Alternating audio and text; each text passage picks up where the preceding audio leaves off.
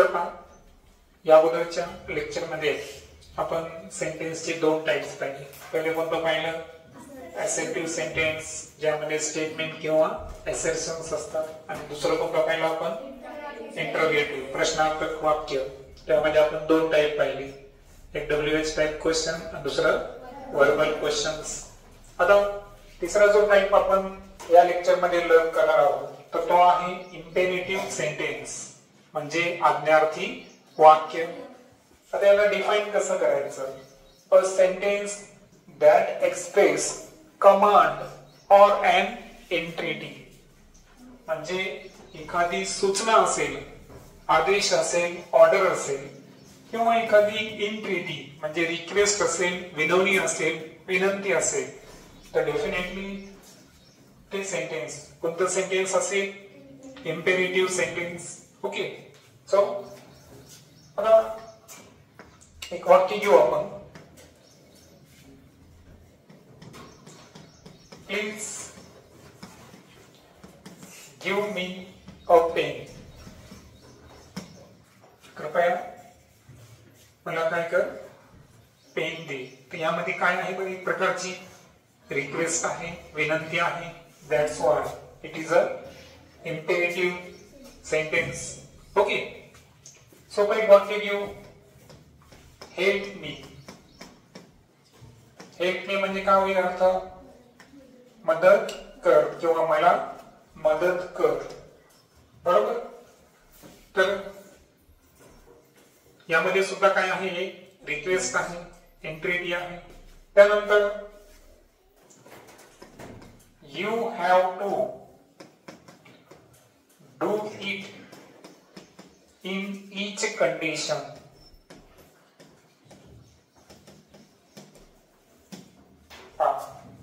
की तुला कोणत्याही परिस्थितीमध्ये ते करावंच लागेल. याच्यामध्ये काय आहे बरं? कमांड.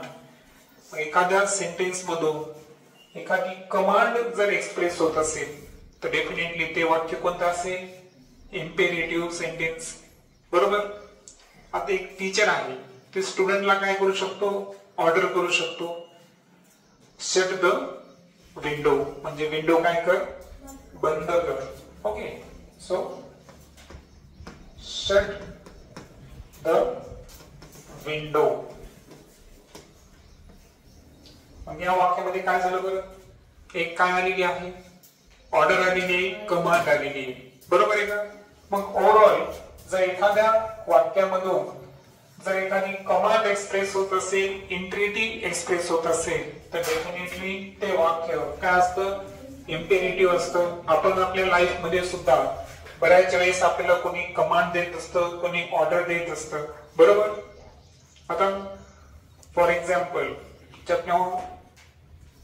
तुम्ही परिपाठ घेता है ना, सो स्टार्ट द प्लेज म्हणजे प्रतिज्ञा सुरू करा. ही काय झाली बरं? एक प्रकारचं इम्पेरेटिव्ह ऑर्डर झाली ती. सो ते सुद्धा काय आहे? इम्पेरेटिव्ह सेंटेन्स आहे. येते लक्षात? एखाद्या वेळेस एखादा जज आहे, जजने एखादा निकाल दिला है ना. काय निकाल दिला? की एखादा थीफ आहे, चोर आहे, तर याला काय करा? कारावास द्या. बरोबर आहे का? सो इम्प्रिसमेंट. सो इम्प्रिसमेंट द थीफ ही काय झाली या ठिकाणी? एक प्रकारची आज्ञा झाली, ती ऑर्डर झाली. So it is a imperative sentence. लक्षात आलं? मग इम्पेरेटिव्ह सेंटेन्स मध्ये कमांड असू शकतं, ऑर्डर असू शकते, रिक्वेस्ट असू शकते, किंवा एखादी एंट्रिटी असू शकते. असे बरेचसे वाक्य तुम्ही काय करू शकता? इथं कलेक्ट करू शकता. फायनली पाहू आपण स्टेटमेंटचा चौथा टाइप, एक्सक्लेमेटरी सेंटेन्स, म्हणजे उद्गारवाचक वाक्य. आता जेव्हा आपल्याला तुम्हाला सांगितलं की स्ट्रॉंग इमोशन किंवा स्ट्रॉंग फिलिंग्स आपल्याला जर एक्सप्रेस करायचे असतील, आपल्या भावना है ना, या जर एक्सप्रेस करायचे असतील, तर अशा वेळेस आपण सेंटेन्सचा कोणता टाइप यूज करत असतो? Exclamatory sentence. सो त्याची जी डेफिनेशन असेल ती डेफिनेशन कशी आहे? A sentence that express strong feeling, किंवा तुम्ही इथं स्ट्रॉंग काय घेऊ शकता? इमोशन्स. फिलिंग आणि इमोशन्स एकच अर्थ आहे. जेव्हा आपण भावना म्हणू, हे की नाही. आता इथं काही वाक्य मुद्दाम मी तुमच्या समोर काही कलेक्शन करून लिहिले आहे. तर कशा पद्धतीनं एक्सक्लेमेटरी वाक्य जे आहे, आता हे वाक्य जे आहे हे आपण रिअरली यूज करतो. बट आता औच म्हणजे एखाद्या वेळेस आपल्याला काही पेन झाला तर अशा वेळेस औच हा शब्द जो यूज केला आपण तो सुद्धा कशाला बिलॉंग करतो, आपल्या स्ट्रॉंग फिलिंगला. दॅट्स वाय ते सुद्धा काय आहे एक्सक्लेमेटरी. अलास, अरे रे, आर यू फॉल म्हणजे एखादा आपला मित्र पडला असेल तर त्याच्यावेळेस आपण अरे रे वापरतो ना. तर अरे रे साठी आपण कोणता शब्द यूज केला, अलास. तर हा शब्द यूज करणे सुद्धा कोणतं वाक्य तयार करणं आहे, एक्सक्लेमेटरी सेंटेन्स. येते लक्षात. किंवा आपण सहज म्हणतो एखादा मित्र जर समजा त्याला काही accident, oh no. Oh no काय आहे है ना, ओ नो याचा अर्थ काय झाला बरं, की तुम्ही तुमच्या काय एक्सप्रेस केल्या, स्ट्रॉंग फिलिंग्स एक्सप्रेस केल्या. दॅट्स वाय हे कशाला बिलॉंग करेल, एक्सक्लेमेटरी सेंटेन्सला बिलॉंग करेल. काही वाक्य मी तुम्हाला दिले पहा. Wow, that sunset is beautiful आहे ना. एखादा सूर्यास्त डोंगराच्या ठिकाणी जर तुम्हाला पाहायला मिळालं तर तुम्ही त्यावेळेस त्याचं काय करता, मनातून तुम्हाला तुमच्या फिलिंग्स एक्सप्रेस करता है ना. त्यानंतर amazing, I can't believe it म्हणजे तुमच्या एखाद्या मित्रांना जर स्ट्रॉंग सक्सेस घेतला अचानक, त्यांना एखादी एक्झाम पास केली, नवोदय सारखी, प्रज्ञाशोध सारखी, मंथन सारखी म्हणा है ना, इम्पॉर्टंट एक्झाम आहे.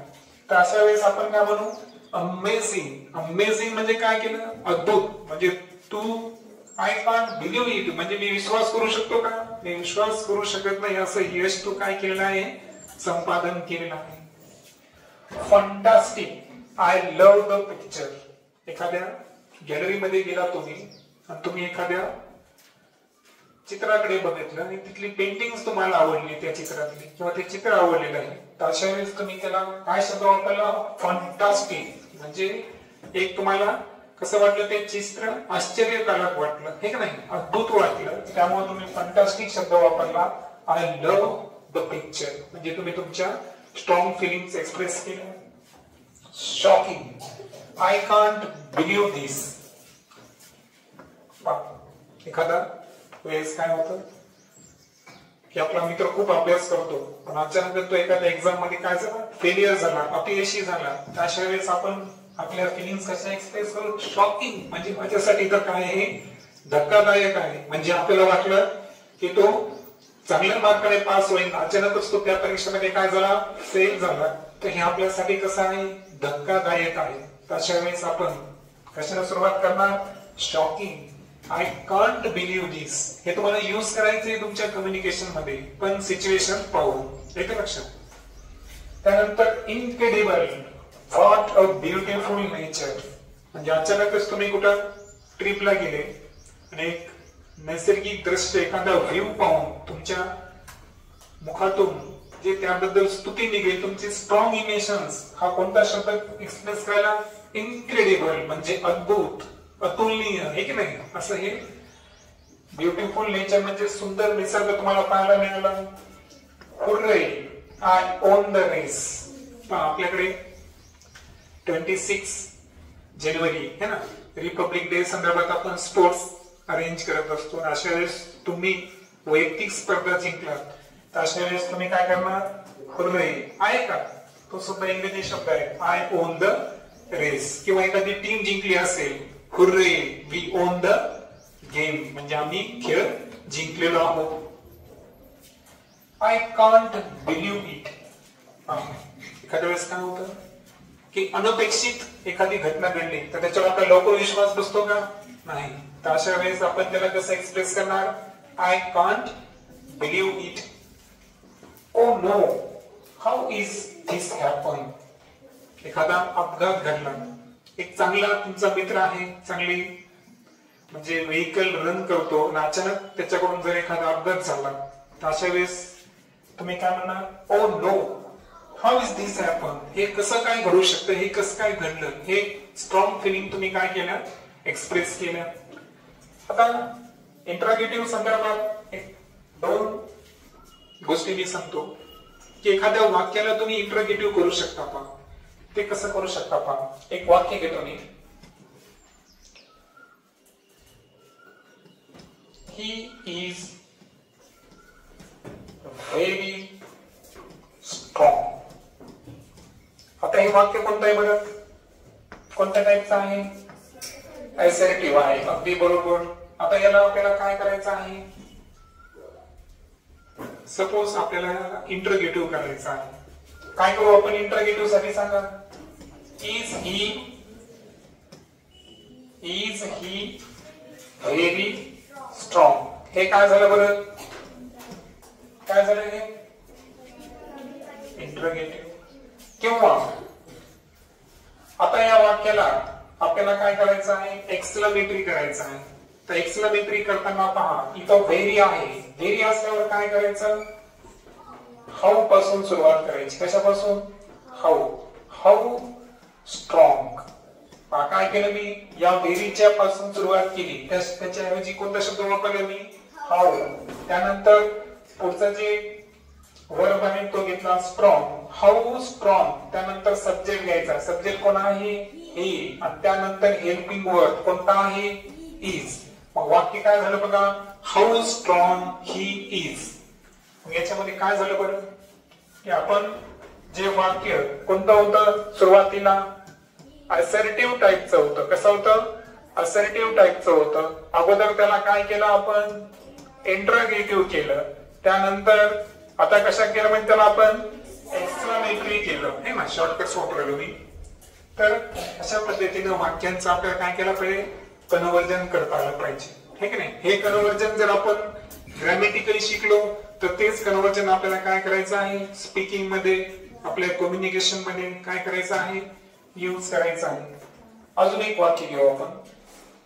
हेच वाक्य बघा. He is a very strong.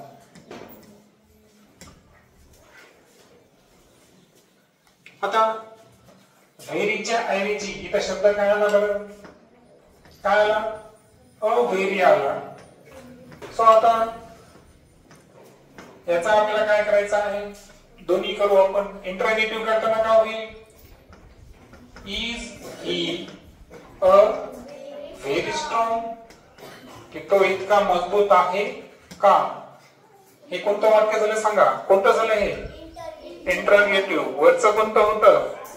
Assertive. आता काय करायचंय आपल्याला? एक्सक्लेमेटरी. काय करायचं आहे? एक्सक्लेमेटरी. व्हेरी असताना काय वापरलं आपण? पण इथं काय आहे? अव्हेरी असेल तर आपल्याला काय वापरायचं आहे? व्हॉट. काय वापरायचं आहे? व्हॉट. लक्षात आलं? फक्त व्हेरी असेल तर काय वापरायचं? हाऊ. आणि अव्हेरी असेल तर व्हॉट. त्यानंतर काय आहे? स्ट्रॉंग. सब्जेक्ट काय आहे? ही. Helping verb is. त्यानंतर काय द्यायचं? एक्सक्लेमेटरी मार्क म्हणजे उद्गारवाचक चिन्ह. हे वाक्य कोणत्या टाईपचं झालं? एक्सक्लेमेटरी झालं. How strong he is. What a strong he is. तर हा दोन्ही वाक्यामध्ये जे आहे आपल्याला एक्सक्लेमेटरी मार्क दिसेल. म्हणजे हाऊ किंवा व्हॉट यापासून सुद्धा एक्सक्लेमेटरी वाक्याची काय होऊ शकते? सुरुवात. व्हॉट आपण कुठे पाहिला होता? इंटरोगेटिव्ह मध्ये. पण तो एक्सक्लेमेटरी मध्ये सुद्धा यूज होतो. हाऊ सुद्धा पाहिला होता. लक्षात आलं? म्हणजे असं नाही की हाऊ आणि व्हॉट पासून फक्त इंटरोगेटिव्ह सेंटेन्सेस तयार होऊ शकतात. तर त्यांच्यापासून एक्सक्लेमेटरी सेंटेन्स सुद्धा तयार होऊ शकतं. तर अशा पद्धतीची ही पूर्ण इन्फॉर्मेशन नेक्स्ट लेक्चर मध्ये आपण सब्जेक्ट आणि प्रिडिक्ट या संदर्भात डिस्कस करू.